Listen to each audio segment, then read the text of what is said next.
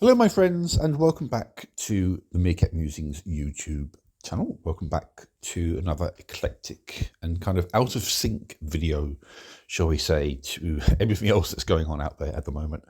I would ordinarily try to pair my Meerkat Muses over on Meerkat Musings with some of these videos, but I'm out of sync video-wise. Haven't done a video for a while, actually.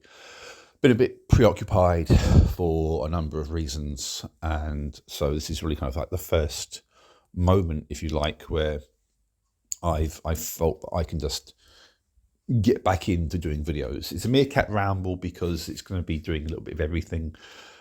So too does Meerkat Muses, but Meerkat Muses are kind of like every 2 weeks. This is out of sync with everything, so it's a Meerkat Ramble, and already I'm rambling. I'm good at that, aren't I? So, what has been going on in this Meerkat's precious little world over the span of the past few weeks? Well, really over the span of the past couple of months, things have been kind of chaotic and stressful for a number of reasons on my shores. Work continues to be a source of permanent frustration and aggravation, and now more than ever, I am actively looking to escape that place. I'm actively looking to move on to new pastures because I am, frankly, fed up with where I'm at the moment. They aren't treating us very well.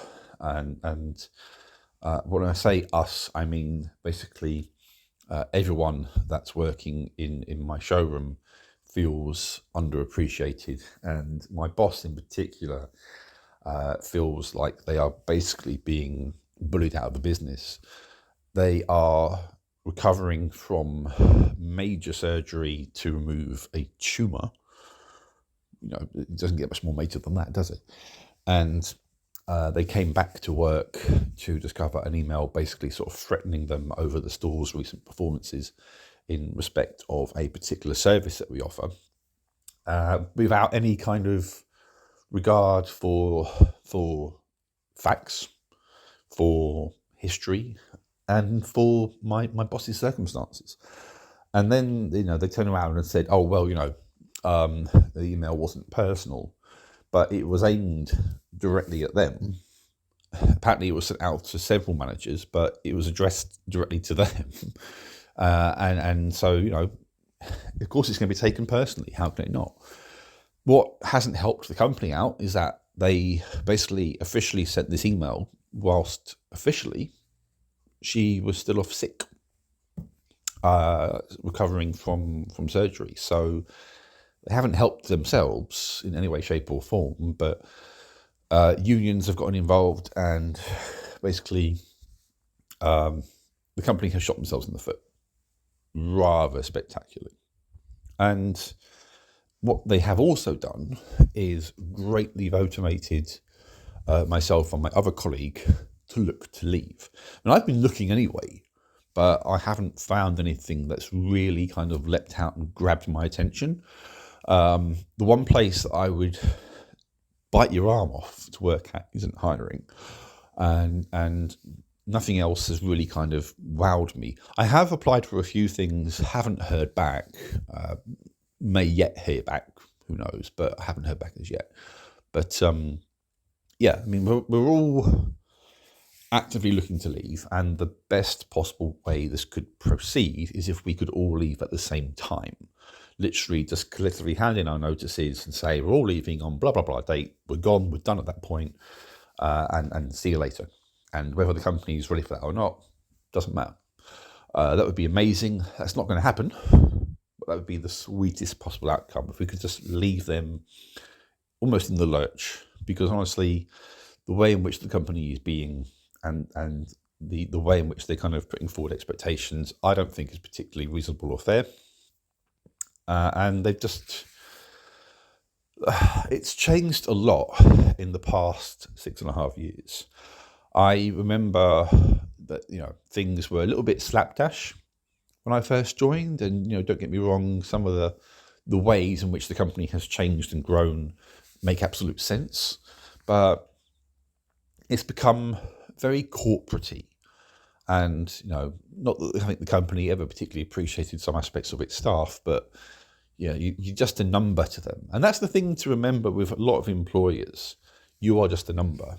You are replaceable. It's not true for every employer, but, for the most part, don't make the mistake of thinking that the company is ever on your side. HR departments don't exist to protect employees.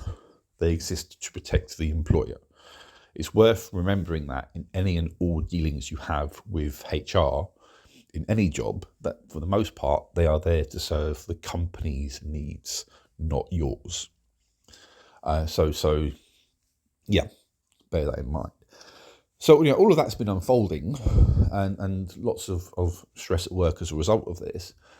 And whilst all of that's been going on, and I have sort of alluded to this on the website, I've had a fair bit of personal drama relating to my daughter, of all people. She had an issue with her neck that she's first sort of mentioned it at the very end of February, start of March, that she had this kind of like sort of bulge on her neck. And so my wife took her down to the local GP and said that they would refer her to the hospital to have a better look at this. And then they sent a letter out to the house, which my wife then opened up whilst I was at work. And then she's called me distraught because the letter talked about a urgent cancer referral. And of course, when you hear those words in relation to your flesh and blood, to your child no less, I mean, that was horrific. And I just went straight home. I mean, I was just like, look, I'm sorry, guys, but I'm not in a state or mood or condition to be here at work. I really just don't have the desire for this right now. So I went home to sort of try and be around for my wife's benefit. And then we proceeded to just kind of wait for doctor's appointments, which in fairness, that all happened very, very quickly. She had an appointment booked for later on in March, for the middle of March. Went and had some tests done. They then arranged for further appointments and further tests, which would then be in London, at a hospital just outside of Euston Station. And so then they had to go and have a battery of other tests. And basically, the long and short of it all is it's something to do with my daughter's thyroid. So what they then did at the end of April was surgery to actually remove the part of the thyroid that was causing the swelling. And needless to say, that was something of an anxious time for my daughter's mother and I, because the last thing you ever want is to see your child have to go under the knife for something like that. My daughter, bless her, handled all of this like a champ.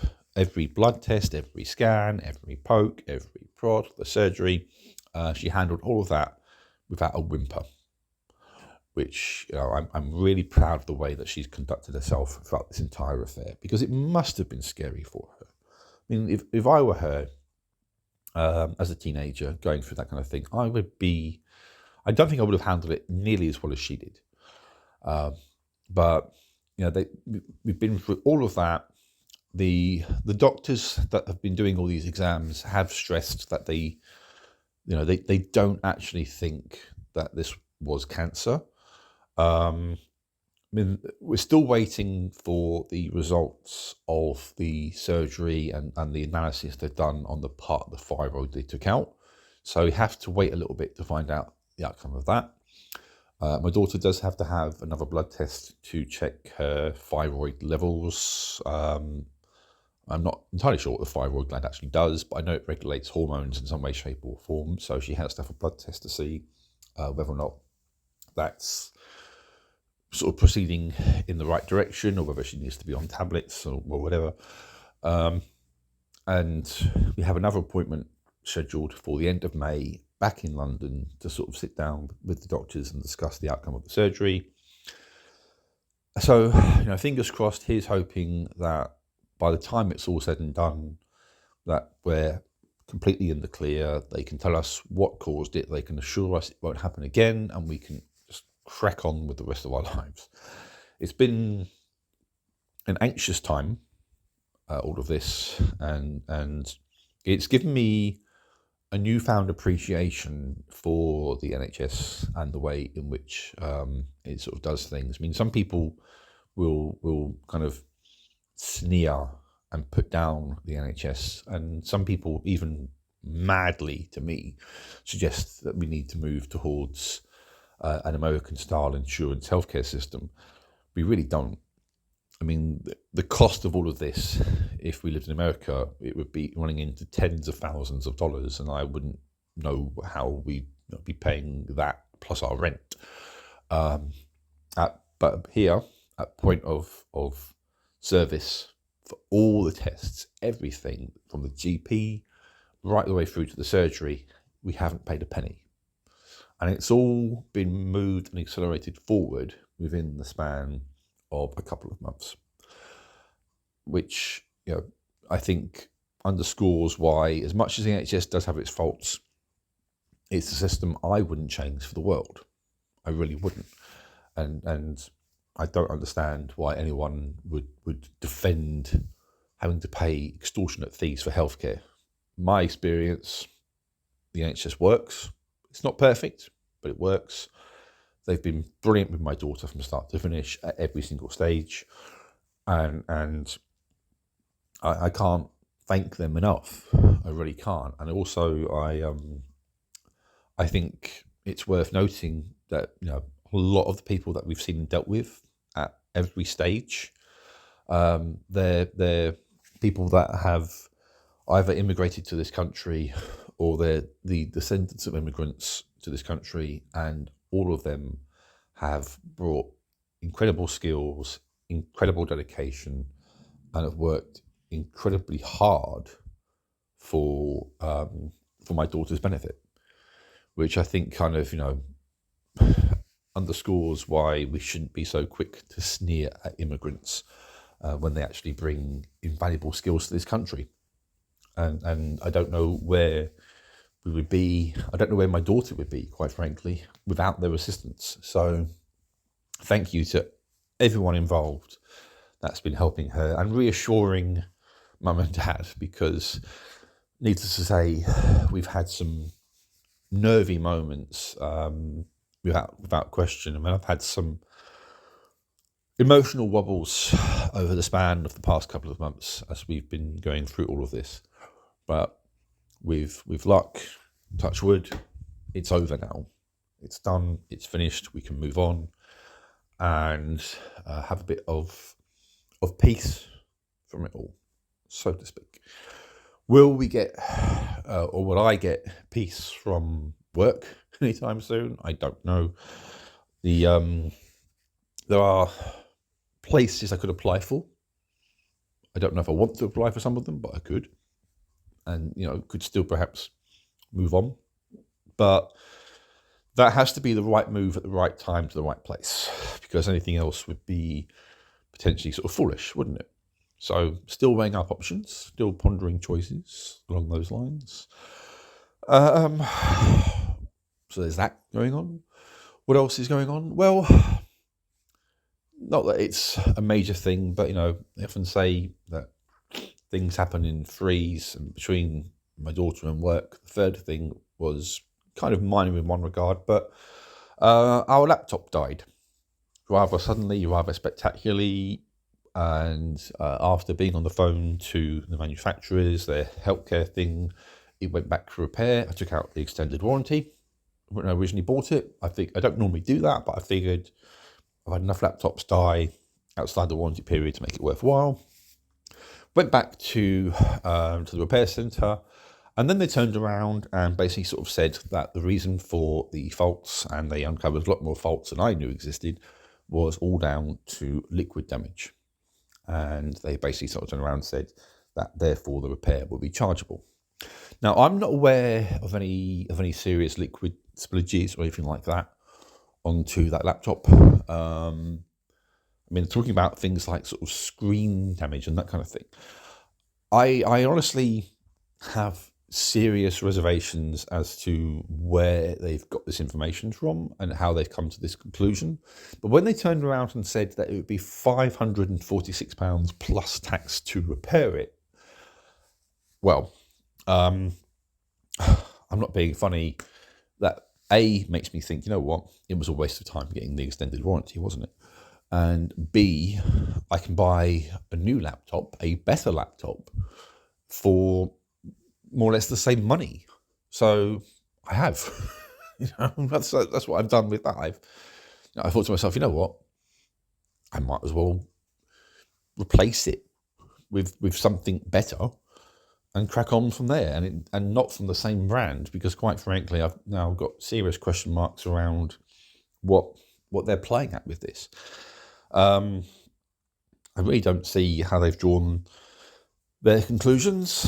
They're going to send me proof or pictures showing water damage, but I really, genuinely don't know what I'm going to be looking at.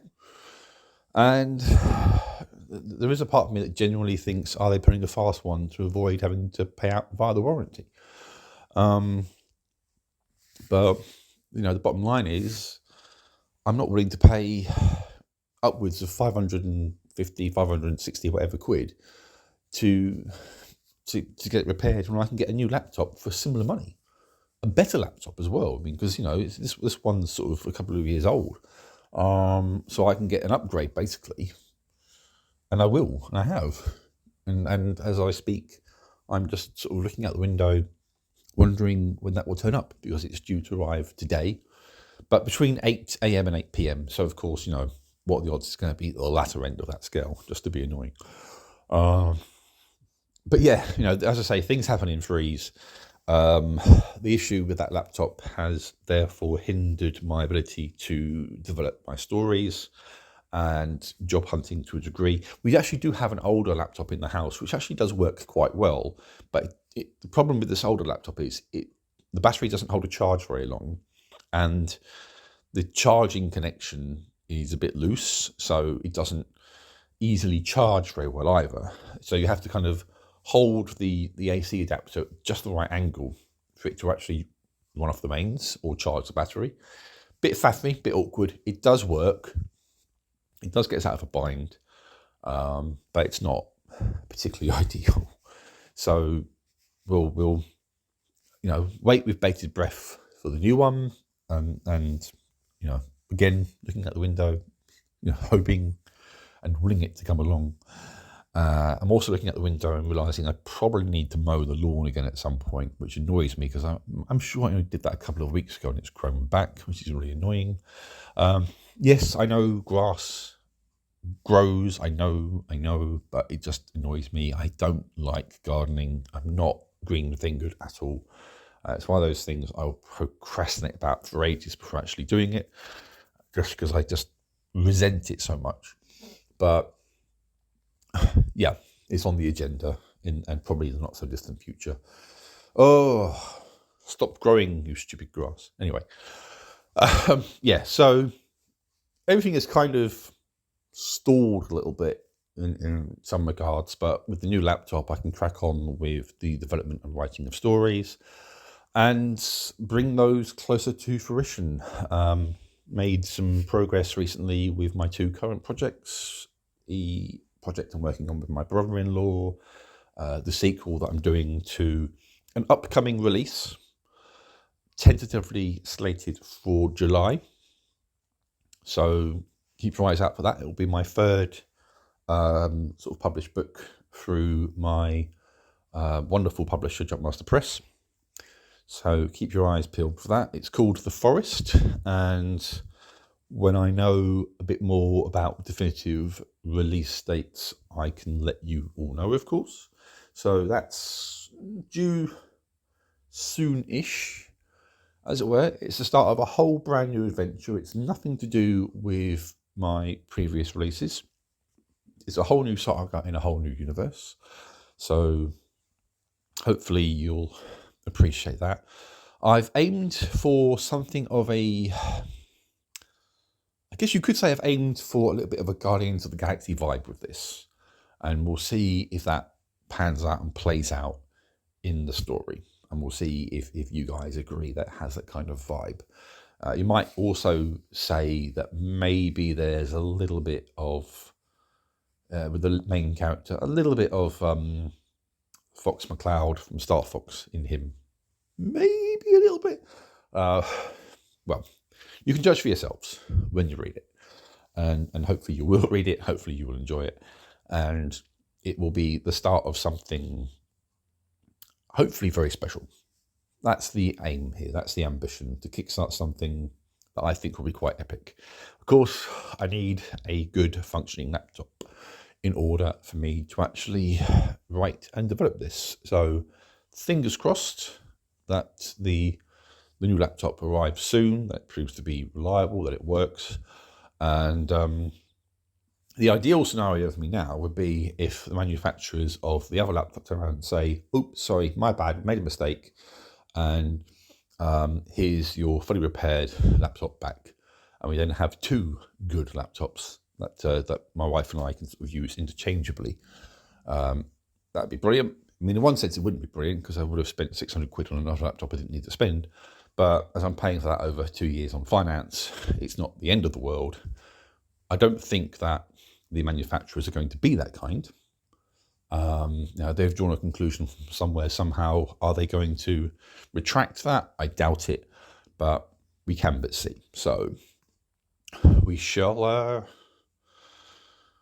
from there, really. Just be patient, wait and see what happens. As with a lot of things, really, as you know, with the job hunting and certainly, of course, with the final news, hopefully the final definitive good news regarding my daughter's health. It's stress that she absolutely doesn't need right now. She's going through her GCSEs, trying time for any sort of young woman, any young man or woman, and she doesn't need the extra stress of all of this. So hopefully, fingers crossed, the news is good news when we go back up to the doctors, and they'll turn around and say, right, you're all clear, it's done, and we're glad we could help. So that's the news I'm hoping for, along with, of course, good news on the job search front. Thank you very much, guys. Thank you for your time. Thank you for listening to me ramble, and I will catch up with you all again really soon. Bye-bye.